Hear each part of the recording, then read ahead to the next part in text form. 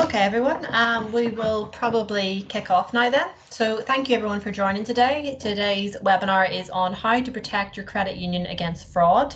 And the host today is Wellington IT's Compliance and Data Protection Officer, Ben Roy. So I can ask everyone if you have any questions before Ben kicks off, just to pop those into the chat bar and we'll get to them at the end. And if everyone could keep your mic muted and camera off, just so we can keep the focus on Ben, that'd be great. Thanks. Well, let me go ahead, Emma. Yes, perfect, Ben. Thanks. Yeah, good morning, everyone, and thanks for dialing into this session on fraud. As Emma has introduced me already, I'll not waste too much more time on intros, but yes, I'm Ben. I'm the Compliance and Data Protection Officer at Wellington, and I joined the last week of April there, so still quite new. And I know I've spoken to a few of you already, and just looking down through the list of attendees and faces I saw before, it's good that you've taken the time to join in. I know this topic in particular is getting a lot of media attention at the minute, so financial crime and fraud is definitely something that we all need to be attentive to and aware of. And then today, what I'm going to cover today is just a bit of an overview on the background to fraud, how it happens, some of the threat types, who's impacted by it, so the demographics of it, and then obviously very important for you guys in the credit union space about how we prevent it. And then my colleague Andy Higgs, our ITMS manager, will come on and discuss some of the tools that we have already in place to do that. But just on me and think, why am I doing it? Well, I come from a background in a high street bank and a compliance data protection, but a sort of day-to-day fraud role that I held for a few years there. And for me, it's pretty clear that fraud of all typologies is on the rise, and the COVID pandemic has clearly contributed to that. With us working differently and just generally operating differently for a period of 18 months, it has provided opportunities for fraudsters to capitalize on how we've changed. And high street banks, I suppose the experience that I'm coming from, they've been hit particularly hard over that period, which consequently means there are victims who have lost sizable amounts of money. And obviously banks and you guys in credit unions have obligations, regulatory obligations to meet in preventing fraud, and also doing what you can to best protect members as well. So I think the experience that I've had recently is that not every member or every victim, will get reimbursed their losses, which has only intensified the noise coming from consumer groups. So I know in the UK, the Which Consumer Group and the Consumer Protection Commission in Ireland, and their work, when they gather a bit of momentum, can substantially impact on a bank's or credit union's sound reputation. And once that's been dragged through the mud publicly for supposed shortcomings, it can be so hard then to retain members and customers, but also to bring in new business as well. So I think we collectively as credit unions and as a software provider need to be on the front foot to do what we can to prevent this, escalating further. So what is fraud? I'm supposed to take a bit of a step back and, to provide a bit of a background. And apologies if I'm going over ground that people already know, but hopefully this will maybe provide some insight to those who are maybe new to the topic as well, and help you follow the presentation and the discussion here. So fraud, it's an intensely deceptive action designed to provide the perpetrator with an unlawful gain or to deny the right of a victim.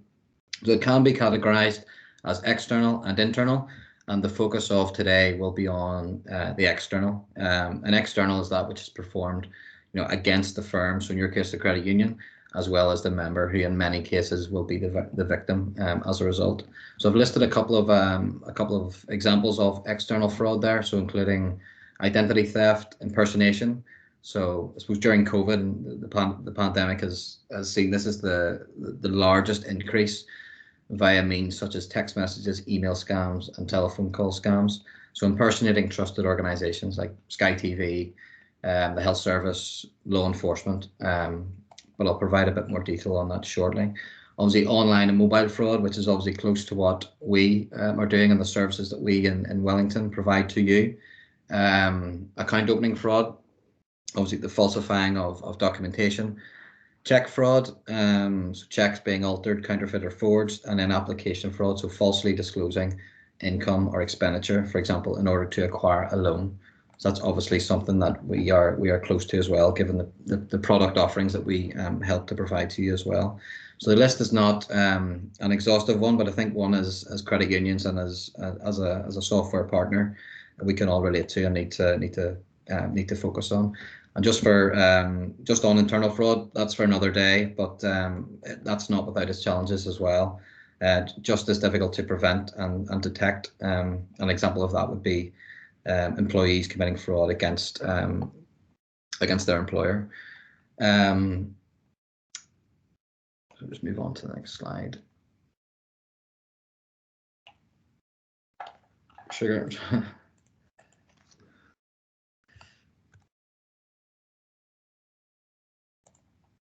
Oh, sorry, the slides aren't moving.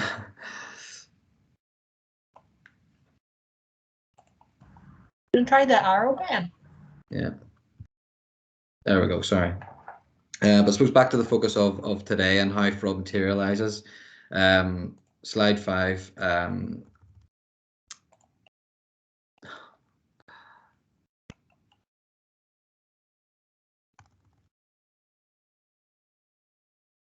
Sorry, guys, I'm having. Yeah, sorry. Yeah, so I suppose back to the focus of today and how fraud materializes. Slide 5 obviously goes into a bit of detail on the 3 variations of external fraud. So you have first-party fraud, so committed against the credit union or bank by one of its own members. So applying for a mortgage or a personal loan using falsified documents, just counterfeit or forged docs, like pay slips or P60s and that type of thing. And that type of activity was up 40% in itself during the pandemic. Second party fraud is committed by someone close to the victim, so on a vulnerable family member, for example, and something which is disturbingly so common as well. And then third party fraud committed against the individual by an unrelated or unknown third party. And this would be the most common and demonstration of what a fraudster and a criminal would be doing.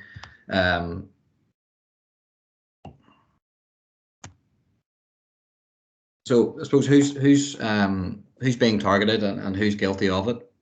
I know there's a bit of a survey conducted and running this week on the Wellington LinkedIn page. So thanks for those who took a bit of time to look at that. But so this slide and the next one then calls out shows the breakdown really of first and third party fraud that I just referenced there. So you can see that those under the age of 30 are responsible for just over a third of all fraud committed, which you can see in the light yellow colours on the pie chart to the left hand side. But I would also just say that the chart for me does tell a story that there is still quite a diverse landscape of those committing fraud. As you can see, those aged over 60, although they're not prolific, they do still commit and are found guilty of it.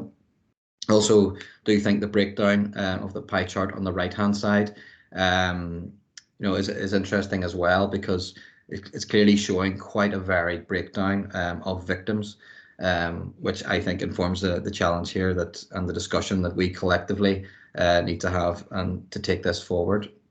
These stats are from 2019, by the way, so I did struggle to get 2020 ones, but for the purposes of the discussion today, they do tell a picture and provide us with a bit of a strategy collectively to take this forward.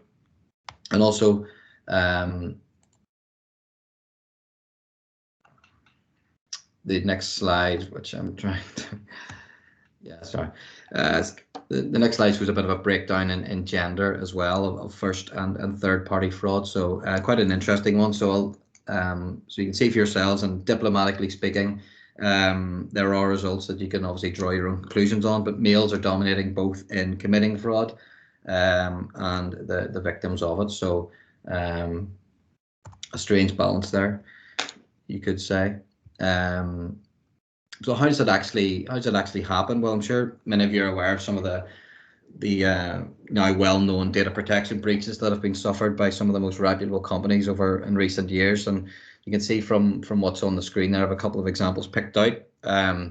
The LinkedIn one, where that was very recently, just in June there, June 2021, where 93% of the members of LinkedIn data was actually stolen by hackers. So 700 million users. Information was posted online for criminal gangs and fraudsters to use by means to target their victims. So login credentials were not stolen, but so much of someone's identity was. So their full name, their telephone number, email address, their location, gender, professional experience, which is obviously what the platform is used for. So a massive breach. Then the Facebook one as well, from April 2019, where 500 million users' data from over 100 countries was stolen and linked onto a website. Again, no usernames and passwords, but information such as account names, ID numbers, and critically, sort of commentary and reactions to content. I think that particular leak, soon after the platform itself was hacked into and data harvested by the Cambridge Analytica firm, which many believe obviously contributed to the outcome and sort of convincing people into voting, swaying them for a particular Brexit argument. So yeah, that data was able to be used to build a picture of different demographics of people, given what they liked, what they didn't like, target them with fake advertising and fake news, which we've heard so much about now, and ultimately convincing people and making people believe that things are real when they maybe weren't. It's quite scary actually how that actually manifested itself. Another one there, the Marriott one from 2018. Again, 500 million users or guests' data was hacked and leaked, and the Chinese intelligence were blamed for that one. And then one I suppose that's close to home here was the HSE data protection leak or breach from May this year. Although numbers in comparison to Facebook and LinkedIn and others were much lower, this really tells a story of what lengths fraudsters will go to, given what we've all just come through in a pandemic. So obviously people's personal information, you can imagine the sensitivity of some of the medical data as well, correspondence with patients, and it really just sends a clear opportunity that fraudsters will capitalize on any opportunity in order to line their pockets and benefit from something like that. So whether it's obviously a hack or a data protection breach, the personal info finds its way into the hands of those who can then socially engineer or manipulate people into sharing more details around their finances, and which will ultimately help them gain access and send money to various different banking accounts. So that's the start of it. They have what they need, and then it's pretty relentless from them. But I suppose when they're targeting people as well, it's important to understand that it's not just individuals that are doing it. They can have these are professional criminal organizations. You can do like a more sort of blanket approach.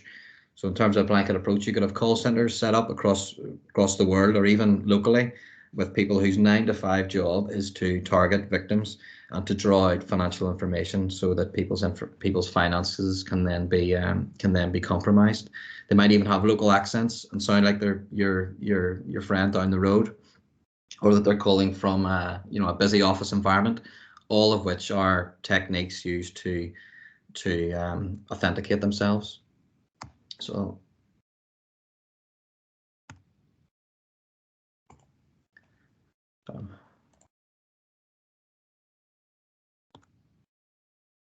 some of the threat types, you can see on the slide there that I've referenced a couple of them, and sort of the means that a fraudster will use to get what they want.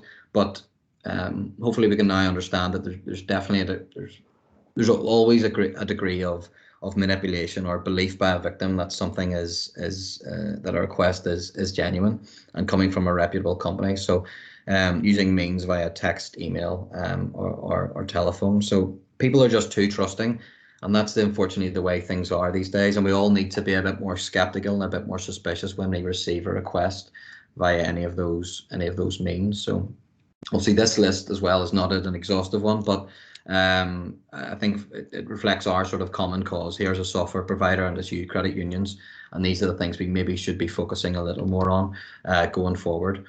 And so if you're going to take anything away from today, you're going to learn a couple of new words in smishing and vishing, hopefully.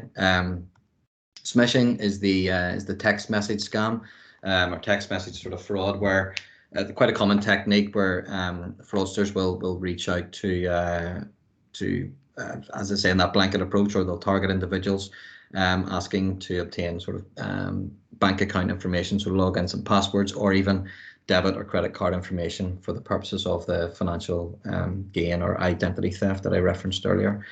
They'll send text messages that look like they're coming from your bank or from a credit union or from a legitimate business in an attempt to fool you into giving more details. So the text messages may also contain links that an unsuspecting victim would be duped into clicking on. These either download malware onto a device or pass to a fake website, and where you're asked to provide sort of bank details or credit union details.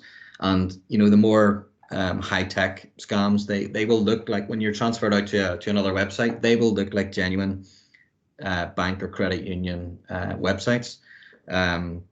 So it can be so hard to detect those. As well as that, over recent times, the sort of better scams, as you could say, or the sort of more high-tech savvy fraudsters have been able to spoof telephone numbers. So, for example, if you've got, I'll use a banking example that, for example, Danske Bank will have sent you messages to say, "Happy Christmas, Ben," or your overdraft has been extended, or whatever. Welcome to the new credit card facility that we've offered you. The next message will be from that fraudster.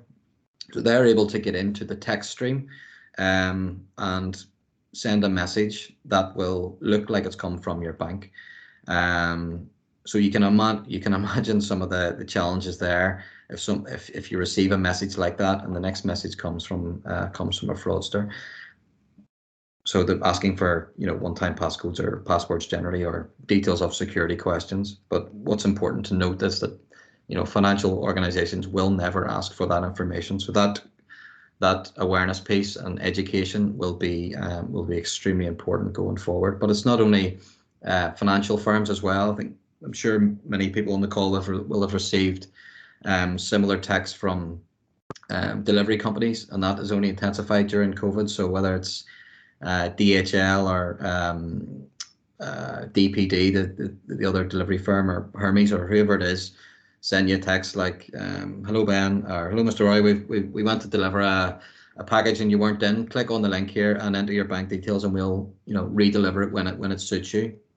So I obviously hadn't ordered anything, so clearly wasn't going to click on that. But in my house, there's constantly deliveries from Amazon, DPD, DHL, and every other agency under the sun. So I'm not blaming anybody in my household for that, but there's constantly somebody at the door delivering things. So you can imagine what would happen for somebody that might have had something delivered, or just innocently clicked on the text. So that's how they can get you with. They can get you with the smishing technique. And then phone scams or vishing, so that's telephone call or cold call. Again, you may get a telephone call from someone claiming to be from your bank, and they may suggest there's been some suspicious transactions on your account. And if you provide some details that they need over the phone, they will helpfully resolve the issue for you. But really, they're just using that information to get into your account. So the call may go something like, "Hello, Mr. Roy, I'm calling from Danske Bank or Dundalk Credit Union," or wherever you bank, and they will know that. And I've been made aware of some suspicious transactions on your account and want to help you get this resolved. So I mentioned the number spoofing earlier on for the SMS and the smishing. This is also used for when you get telephone calls as well. So the individual or the fraudster on the other end of the phone will say, "If you look at the number that I'm calling from, it will match the number that's on the back of your debit card or your credit card or on the Dundalk Credit Union website." So that is a means by which they are, again, authenticating themselves and trying to gain a level of trust from the victim. And sadly, so many people will fall for this, provide the information, and then ultimately the fraudster is in and they have access to what they need, and begin to send money and move money wherever they think it's appropriate to. Obviously, other made-up stories include, calling from your broadband provider, or even law enforcement or the tax office, saying there's been a miscalculation and requires urgent payment to eliminate any outstanding risk or consequence to you. And these can become quite aggressive and threatening as well. But these would be a bit of an indicator that if you don't comply, then you're being forced into something. Is a real indicator that something's not right. And but you can understand people falling for that. I suppose it's important to note that it's not always digital or online space either for phishing. I had a case that I dealt with last year where an elderly victim got a telephone call from a phishing telephone call claiming to be from the local health centre, and that advising her that she was being bumped up the queue for a COVID vaccine. This was just when these were being sort of rolled out late last year, and if she was to leave some money, so cash, on her doorstep, then they would come and pick it up, and then they would be in touch about having her bumped up the queue and having her booked for her vaccine. So, and then she was obviously told as well, don't tell anyone, don't tell your neighbours or whatever, don't tell anyone on the street, because they might report you for doing this and trying to get ahead of the game and trying to get ahead of other people. And so some absolute horror stories, really. Yeah, it works in many ways. The phishing that I'm sure many of you, the email scams that will all know how they materialize. So the thing is with these is some of the emails are so professionally written. They come from what look to be genuine accounts, and you could have these may work in a way that you get an email from a business, may get an email from a contractor, or you may get an email from your solicitor or someone saying that, I believe you're moving, obviously as part of the sort of house move or whatever you're doing, we've changed our bank details, and if you could send the money to this account instead, that would be great. This is also common as well with this CEO type fraud, where your boss will email to say, I know you're paying so and so to that account. They've contacted me and said they want the payment made to this account. So yeah, all of those on the list are. I think there's a couple of other ones there: cryptocurrency and investment scams, and romance scams as well, which are also pretty rife. And you wouldn't believe the amount of people that get involved in that type of thing. So the communication again begins with either the text message, the phishing phone call, or the phishing email. It then moves to WhatsApp, and then obviously to social media. And then as a result, time has passed, trust is built, and someone genuinely believes they're talking to that beauty queen on the other side of the world. They're just completely brainwashed.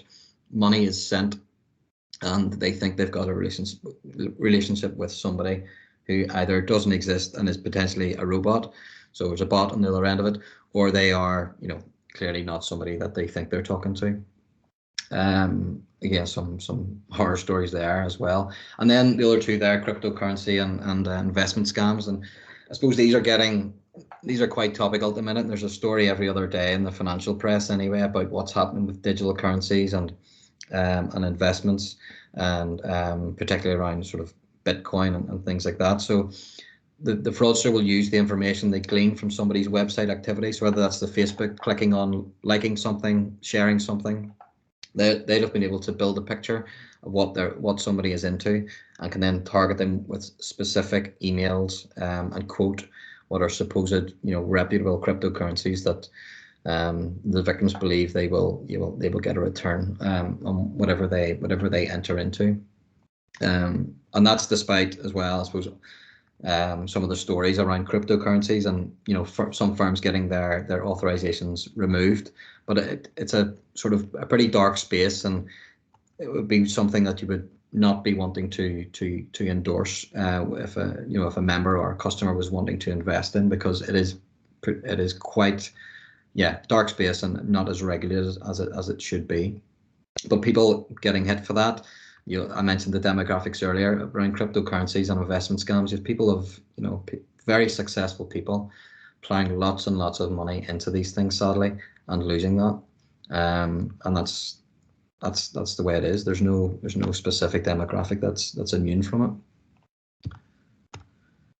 So I suppose the fraud prevention, the next couple of slides are, I suppose, maybe the most important for developing a strategy going forward.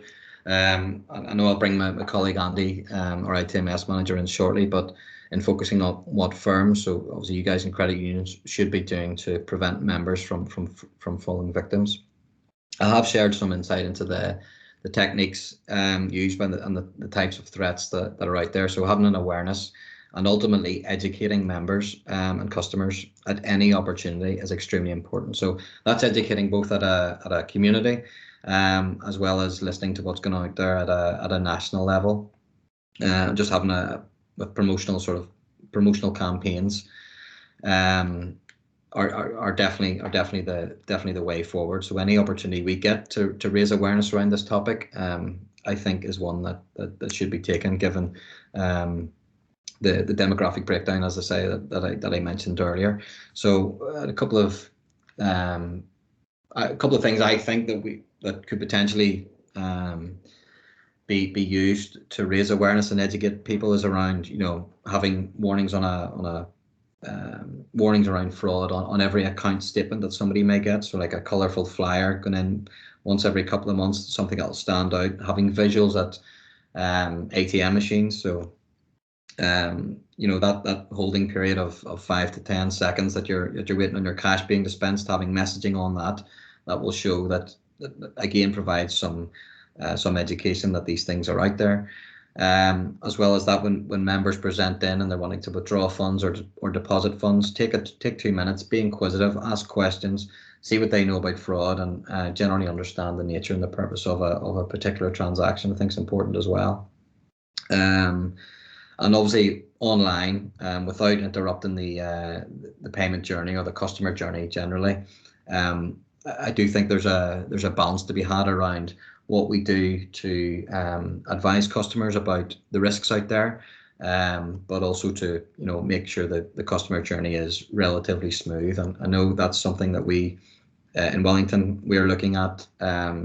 Various departments of us we met last week around doing some brainstorming about how we can improve landing pages and logins and the payment journey generally. So I think that will be just, I would have to say, a bit of a balance to be struck in terms of ensuring that we're protecting the customer while it's also not impacting on how they operate within the app or within the online space.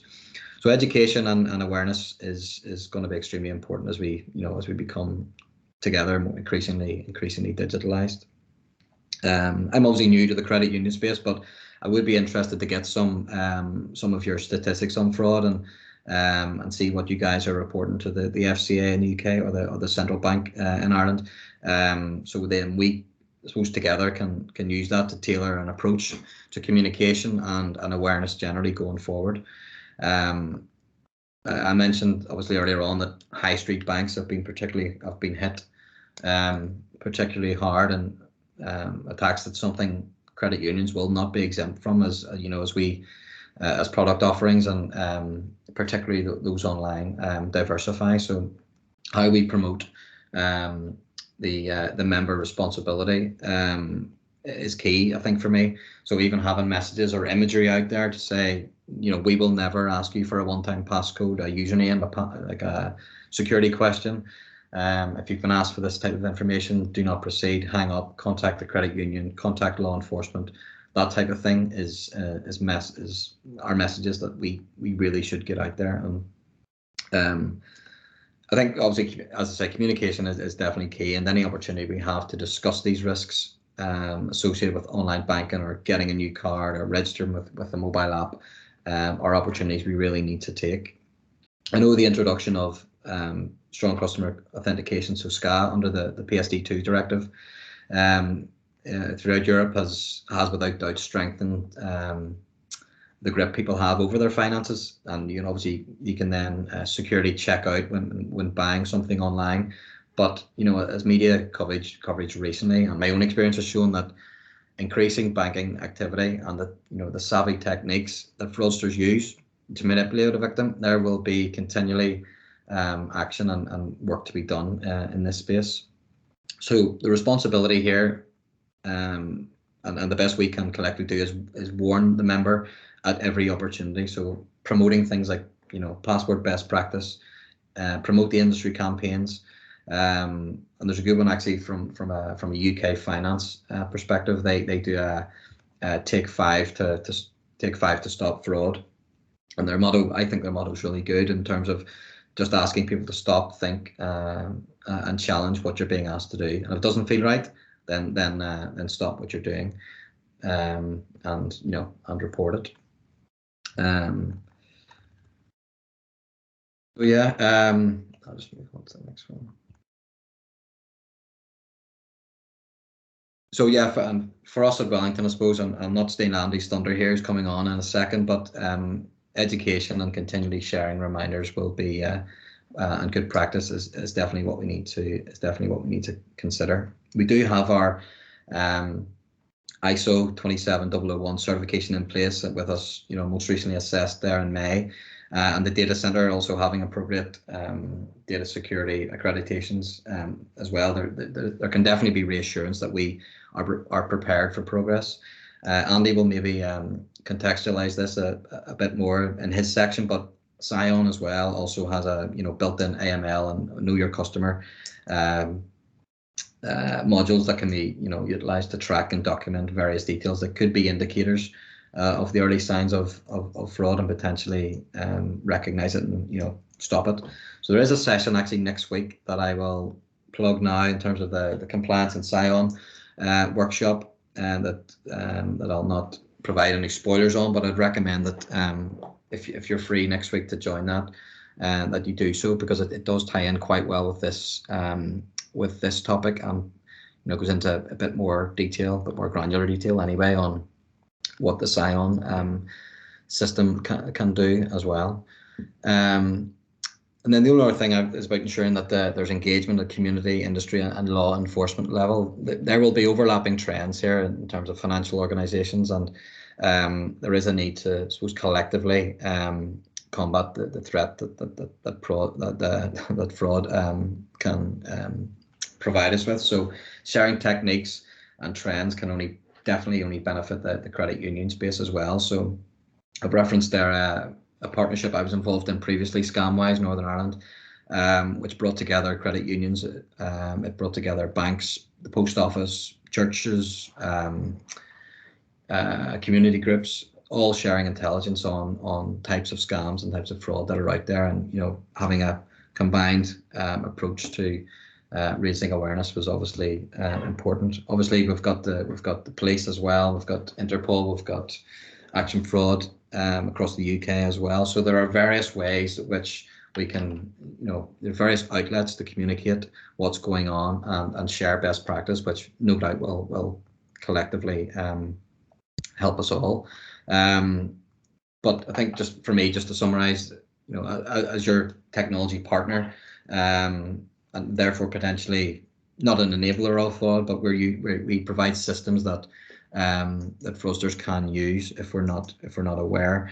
I'm obviously happy to engage with you guys on if whether it's the Wellington user groups or credit unions specifically want to look at a strategy or look at a plan going forward and focusing on specific types of fraud.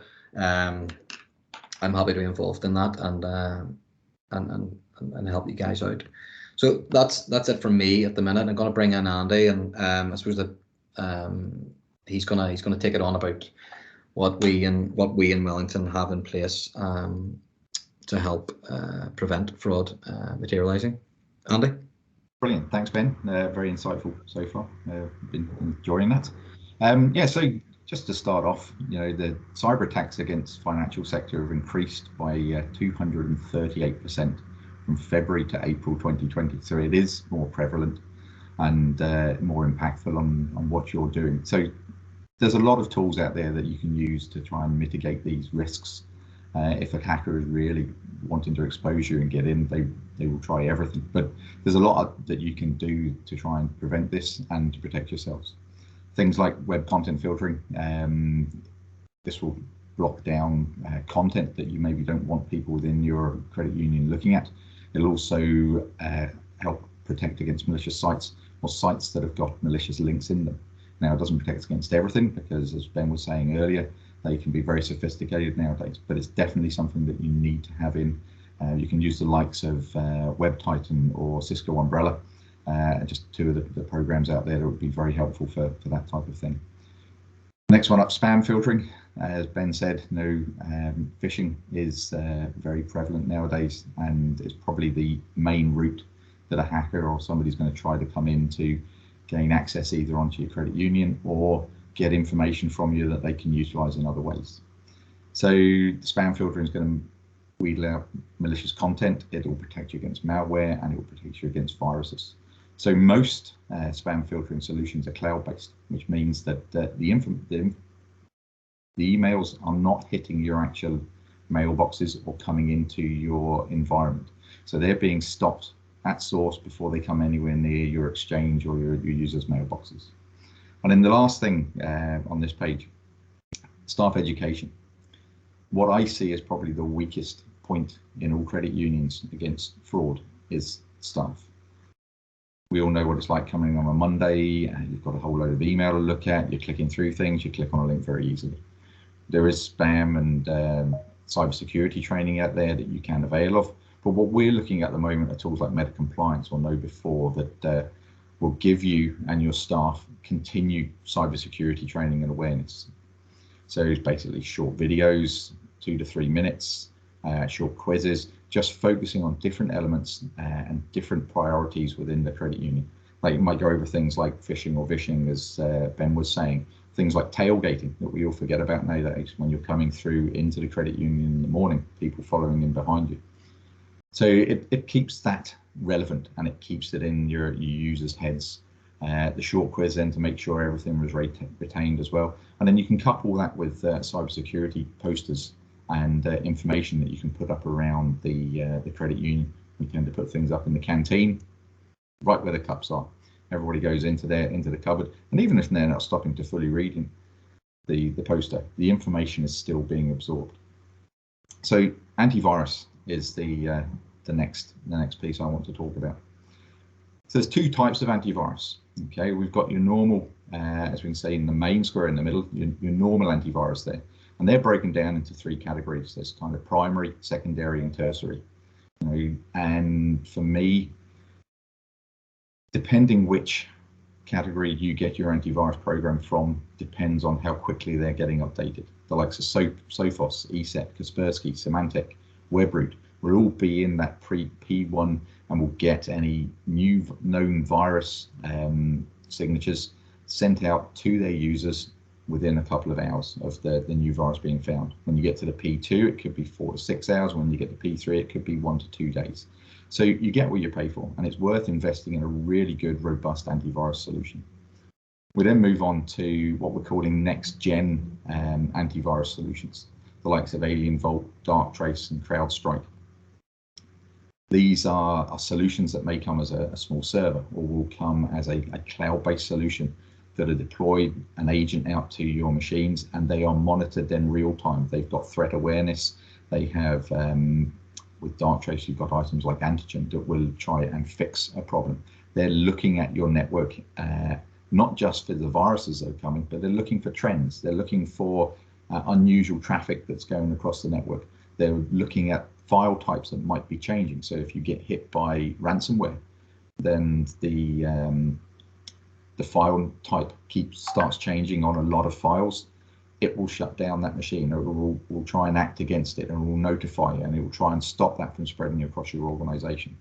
So we're working very closely with a lot of these solutions, and then we're trying to team that up with backup solutions that not only give you a copy of your data or a copy of your VM, but provide the 1, 2, 3s of backups.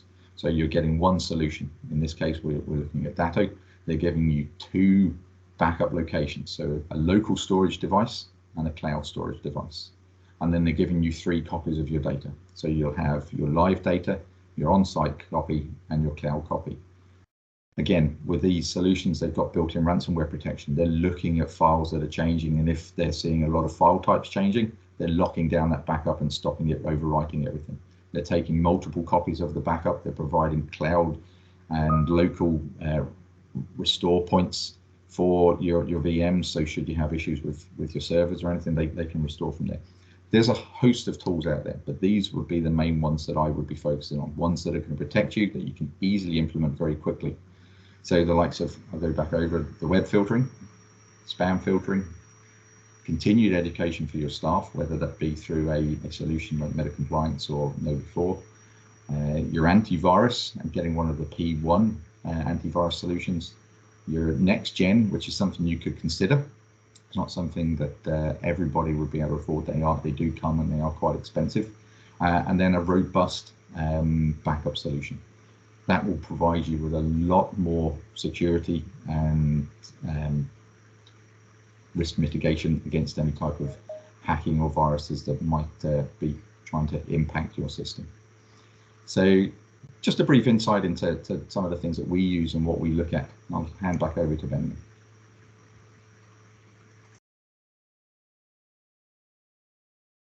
Yeah, thanks, Andy.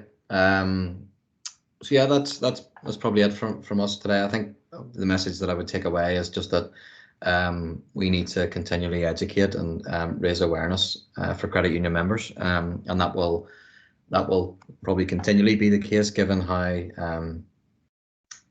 these things materialize and people being socially engineered or manipulated into sharing their data. So Andy obviously discussed the sort of the IT element of that and how our systems can be protected, but ultimately as well, it could come down to somebody, dropping their guard, which is unfortunately how many of these things materialize. So the more that we can do around the piece of education and awareness, the more we can try and make a dent in this activity. So yeah, that would be the takeaway message, and I'll leave it there, Emma, and maybe open up to questions if there are any.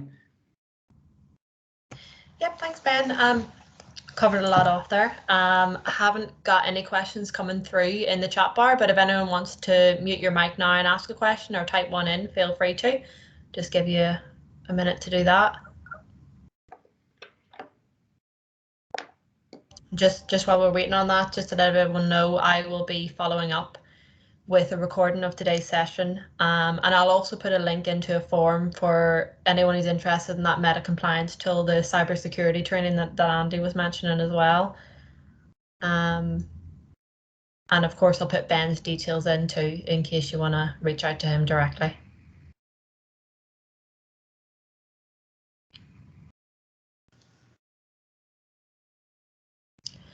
I think that might be us, Ben. If anyone doesn't have any questions, as I say, I'll put Ben's details in. You can just reach out to him afterwards. But thank you everyone for joining us today. Really appreciate it. And thank you, Ben and Andy. Great presentation. Thanks, guys. Really enjoyed that. Thank you. Thanks. Thanks very much. Cheers. Thanks, guys. Thanks, Ben. Thank you. Bye-bye.